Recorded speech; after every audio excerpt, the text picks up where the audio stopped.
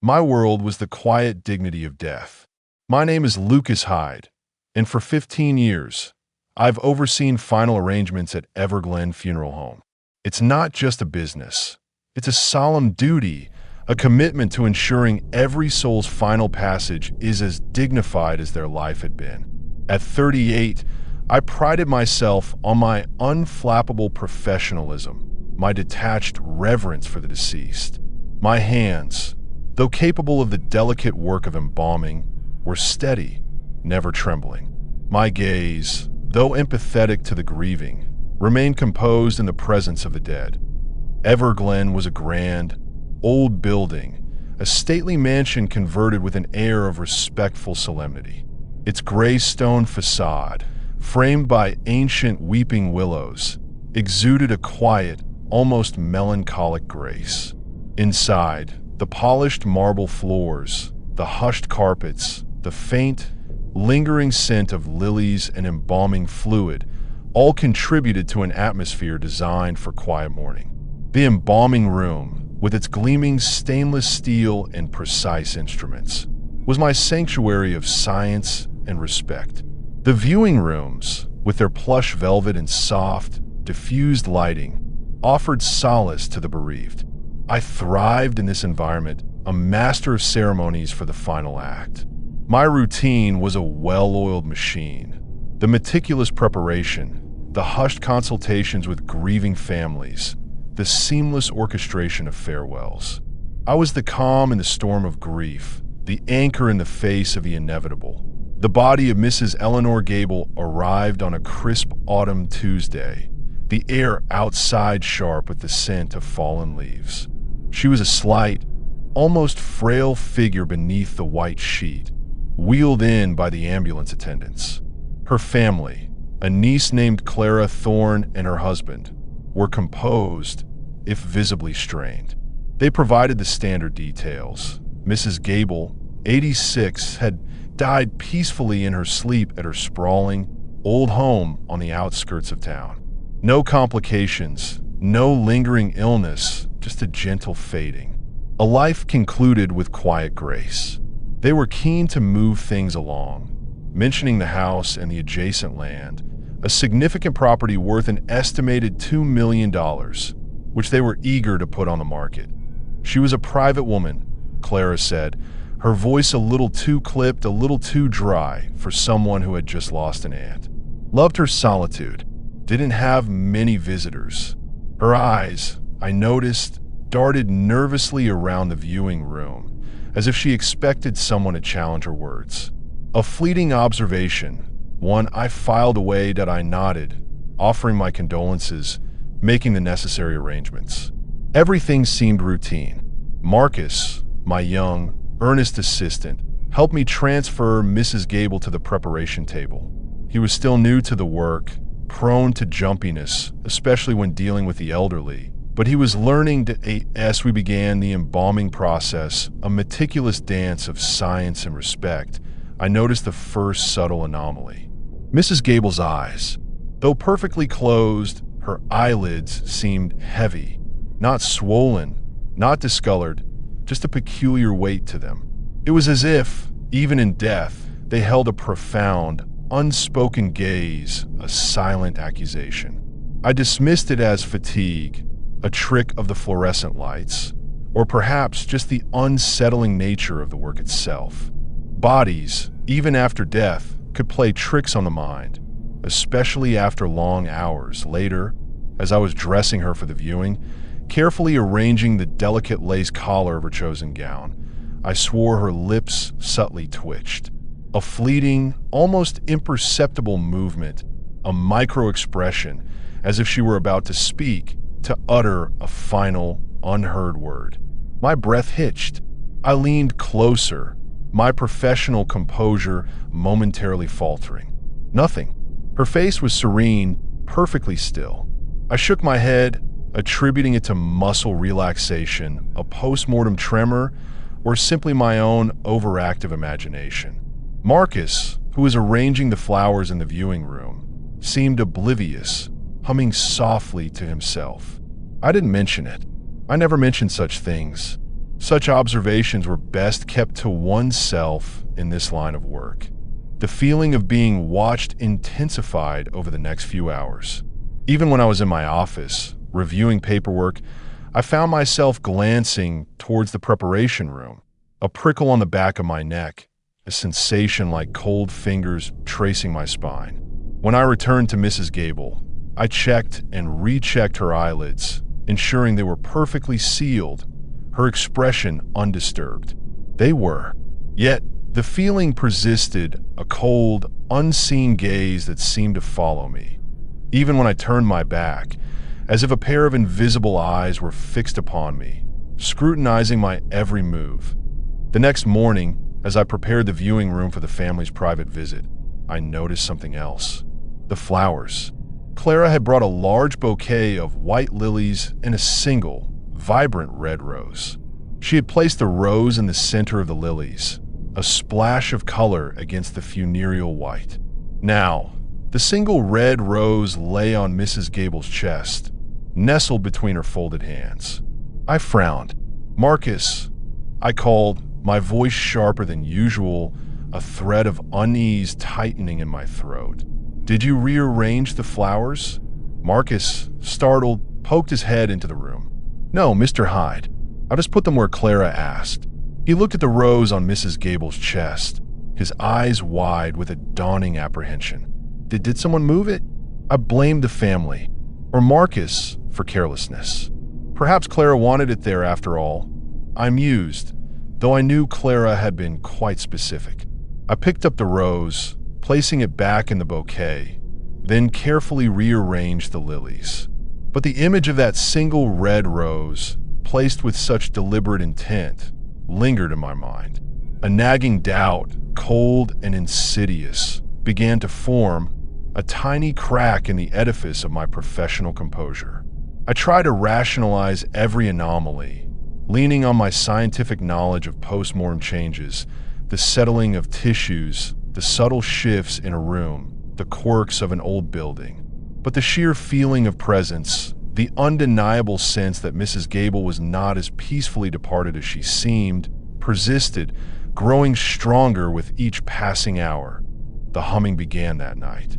After the family had left, their strained goodbyes echoing in the silent halls, after Marcus had locked up and gone home, after the funeral home was plunged into its customary, respectful silence, I was in my office, finalizing paperwork. The only sounds were the soft click of my pen and the distant hum of the refrigeration unit. It was close to midnight. Then a low, unsettling drone, faint at first, barely perceptible, drifted from the viewing room. It wasn't the hum of the refrigeration unit, nor the distant drone of city traffic. It was organic, almost melodic, like a mournful, wordless tune, a sound that seemed to vibrate, not just in the air, but in my very bones that I paused, pen hovering over a ledger. My heart gave a strange, cold lurch, a sensation like a stone dropping into an icy well. I told myself it was the old building, the pipes settling, the wind whistling through a loose pane. But it persisted, a low, mournful vibration that seemed to emanate directly from Mrs. Gable's coffin.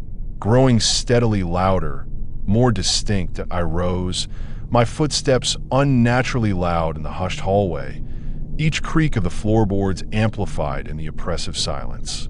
The humming grew louder as I approached the viewing room door. It was a wordless tune, an old, forgotten lullaby, perhaps, or a mournful, wordless lament filled with an unbearable sorrow. It was chilling, a sound that seemed to claw at the edges of my sanity. I slowly pushed open the door. The room was bathed in the soft glow of the nightlight, casting long, dancing shadows. Mrs. Gable lay serene in her open coffin, the lilies a stark white against the dark wood. The humming filled the room, emanating from her, from the very wood of the coffin, from the air around her. I stood there, rooted to the spot, a cold sweat breaking out on my brow, my breath catching in my throat. It was impossible, yet it was real. The sound was a tangible presence, a mournful lament that defied all logic, I tried to record it with my phone. Holding it up, my hand shaking so violently the screen blurred.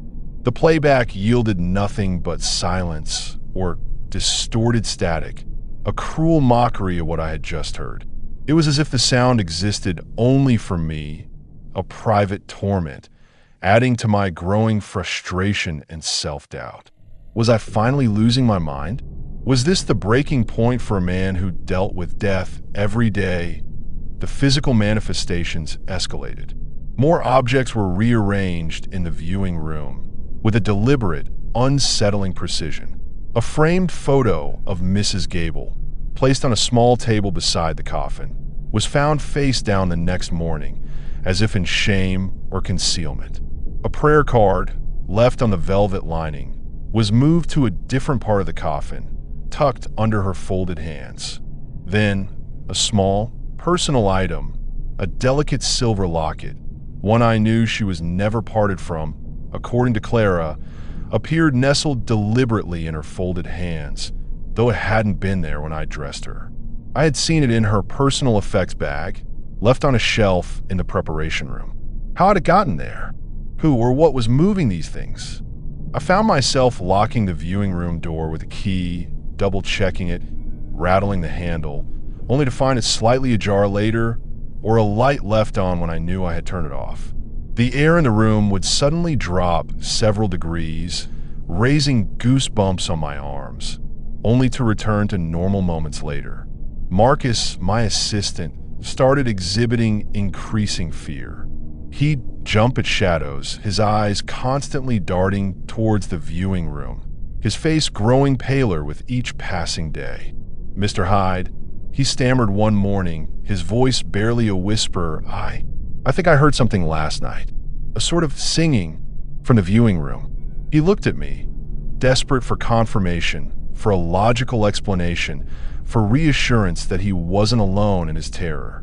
I could only offer a non-committal grunt, my own terror mirroring his, a silent acknowledgement of the impossible. Driven by a desperate need for answers, a primal urge to understand this unraveling nightmare, I began to subtly research Mrs. Gable's life beyond the polite eulogy. I couldn't ask the family directly about the humming or the moving objects. They would think me mad, or worse, disrespectful, potentially jeopardizing Everglen's reputation. So, I became a quiet investigator, working late into the night, my office illuminated only by the glow of my laptop. I looked through old obituaries, microfiches of local newspapers, anything that might shed light on Eleanor Gable, that I uncovered unsettling details. Mrs. Gable had been exceptionally reclusive in her later years. She had few visitors, no close living relatives beyond Clara and her husband. She had lived in the same house for over 60 years, a house she had inherited from her parents, a valuable piece of property, particularly the adjacent land, which was ripe for development. There were whispers in old community forums about her eccentricities, her secretiveness, and a long-standing estrangement from some family members, including Clara's mother, Mrs. Gable's sister, who had passed away years ago. Then, I found it. An article from 30 years ago, buried deep in the archives. A missing persons case. A young woman, Mrs. Gable's only daughter, had disappeared without a trace. Her name was Sarah. She had run away from home after a bitter argument with her mother, never to be seen again. The case was never solved. My heart sank. A long-lost child. Could this be it? Could this be what Mrs. Gable was trying to tell me? A mother's final, desperate plea for her child. The humming from the coffin began to change. It was no longer just a mournful tune. It began to take on a rhythm, a cadence, almost like a series of taps, a frantic Morse code of the damned. And then, faintly, undeniably, words. Not just whispers, but distinct, guttural sounds, like a voice struggling through water. Poison. Clara. Sarah. The words were broken, fragmented, but chillingly clear that I connected the dots. The watchful eyes, the twitching lips, the humming, the rearranged items. the locket in her hands. Clara's eagerness to sell the house, her clipped voice, her nervous glances. The long-lost daughter. I formed a terrifying theory, one that turned my stomach cold. Mrs. Gable wasn't just deceased. She was still very much present, her consciousness lingering, refusing to move on. Her peaceful death was a lie.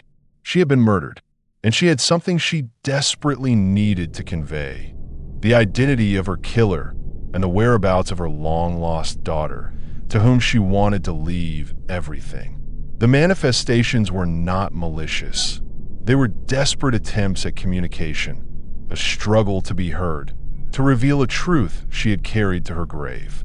And she wanted justice, a justice that only I, the funeral director, could deliver. The manifestations became urgent, almost frantic, a crescendo of spectral activity. The humming coalesced into faint, whispered words, clear enough now to understand, to pierce the veil between life and death. Poison. Clara. Sarah. Locket. Open. Objects were not just rearranged. They were used to point to something specific, a silent, macabre charade. One morning, I found Mrs. Gable's right hand slightly raised, her index finger pointing directly at the silver locket nestled in her left palm. The locket itself, upon closer inspection, had a tiny, almost invisible engraving on its back. S.G. Sarah Gable. It was a clue, a breadcrumb leading me deeper into the darkness. That night, my dreams were not my own. I was in Mrs. Gable's old, sprawling house. Not the garden, but the kitchen, its air thick with unspoken tension. A cup of tea on the counter, steaming faintly. A bottle of pills, small, white, unlabeled, glinting ominously. Clara's face, a fleeting image of a cruel, triumphant smile, her eyes cold and calculating. Then the vision shifted. A young woman, her face obscured by shadows, holding a child's hand, walking away down a long, dusty road, disappearing into the twilight. Sarah. The dream was so vivid, so real, it felt less like a dream and more like a memory implanted directly into my mind that I woke with a gasp, the dream searing in my mind, the scent of stale tea and something bitter clinging to my nostrils. The locket, the house, the poison. It was all connected, driven by the dream and the insistent whispers. I knew what I had to do. I couldn't involve the police immediately. They would dismiss me as a grieving, overworked man. I needed more. This was my burden, my final duty to Mrs. Gable, a promise to a soul trapped between worlds. I called Clara Thorne under the pretense of needing to retrieve some final personal items for the service, a last check of her aunt's belongings. She was reluctant, her voice tight with annoyance, but eventually agreed to let me into the house the next morning, clearly eager to be rid of me and the property. The next afternoon, I found myself standing in Mrs. Gable's old, quiet home. The air was stale, heavy with the scent of dust, and something else, something faintly medicinal, a cloying sweetness that made my stomach churn. The whispers were all around me now, a chorus of urgent, desperate voices, urging me forward, guiding my steps. Kitchen, cabinet, bottle, high shelf. I walked to the kitchen, my footsteps echoing in the empty house. The counters were clean, almost sterile, but a faint, almost invisible residue clung to the inside of the teacup in the sink, a faint, crystalline shimmer. I opened the medicine cabinet. It was mostly empty, save for a few common pain relievers. But then my eyes caught something. Tucked behind a box of old bandages, almost hidden from view, a small, unlabeled vial. It contained a few tiny, white pills. I picked it up, my fingers brushing against a faint, almost imperceptible smudge on the glass. It smelled faintly of almonds, a scent I recognized from my toxicology courses in mortuary school. Cyanide, slow-acting, enough to mimic a peaceful death. Then, My gaze fell upon an old, ornate wooden box on a high shelf, almost out of reach. The whispers intensified, a frantic urgency, a chorus of ghostly voices screaming in my mind. "Lock it, open. Sarah, inside." I reached for the box. It was locked, an old, intricate brass clasp, but the locket in Mrs. Gable's hand. I remembered the tiny engraving. I tried to open the locket, but it was stuck. I pressed on the SG engraving, a desperate gamble. With a faint, almost imperceptible click, it sprang open. Inside, not a photo, but a tiny rolled-up piece of brittle, yellowed paper. I unrolled it with trembling fingers.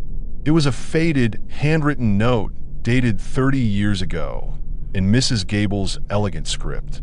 "My dear Sarah, if you ever read this, know that I loved you. I know I was harsh, but I only wanted what was best. I've hidden this for you. Everything is yours. The house, the land, all of it. I know Clara will try to take it. She always wanted it. She's capable of anything. Find this and find me. Your mother, Eleanor," and tucked beneath the note, a small, folded piece of paper. A birth certificate, Sarah Gable, and a current address, scrawled in what looked like Mrs. Gable's recent handwriting, in a small town several states away. She had found her daughter. She had planned to reconcile, and Clara had stopped her. The truth hit me like a physical blow, a wave of icy dread washing over me. Clara Thorne had been slowly poisoning her aunt, ensuring a peaceful death to inherit the valuable property before Mrs. Gable could reconnect with her estranged daughter and change her will. The peaceful death was a lie. The humming, the twitching lips, the watchful eyes, it was all her desperate, post-mortem confession, a plea for justice, a final act of love for her lost child. As I finished reading, a profound silence fell over the house. The whispers ceased. The cold lifted. The air felt lighter, cleaner, as if a great weight had been lifted from the very foundations of the home. I looked at the vial, the locket, the note, the birth certificate, and then I looked at the empty house, no longer a symbol of wealth, but of a terrible crime, a silent witness to murder that I returned to the funeral home, the box clutched tightly in my hands. I didn't hesitate. I called the local police, my voice calm, precise, laying out the evidence, the timeline, the motive. They were skeptical at first, their voices tinged with disbelief, but the evidence was compelling. The vial, the note, the sudden death, the valuable inheritance, and the detailed account of Mrs. Gable's strange manifestations. They launched an immediate, discreet investigation. The news broke a few days later, a sensational story that rocked the quiet town. Clara Thorne and her husband were arrested, charged with the murder of Eleanor Gable.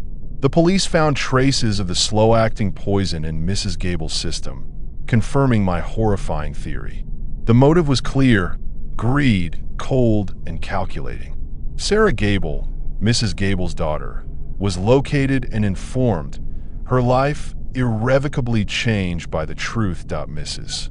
Gable's funeral proceeded as planned, but for me, it was different. As I stood by her open coffin, I no longer felt a watchful gaze, only a profound, quiet peace. Her lips were still, her eyes serene. She had finally moved on. I still work at Everglen. My hands are still steady, my demeanor composed. But my perspective on death has changed irrevocably. I look at every client differently now, wondering what secrets they might carry, what unfinished business might bind them to this world.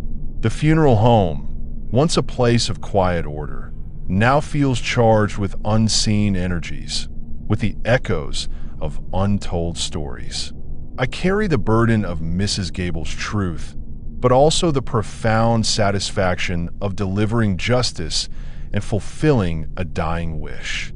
And sometimes, late at night, when the funeral home is empty and the city sleeps, I swear I hear a faint, almost imperceptible hum, a soft, distant lullaby, a reminder that some clients, even in death, refuse to go until their story is finally heard and their peace finally earned.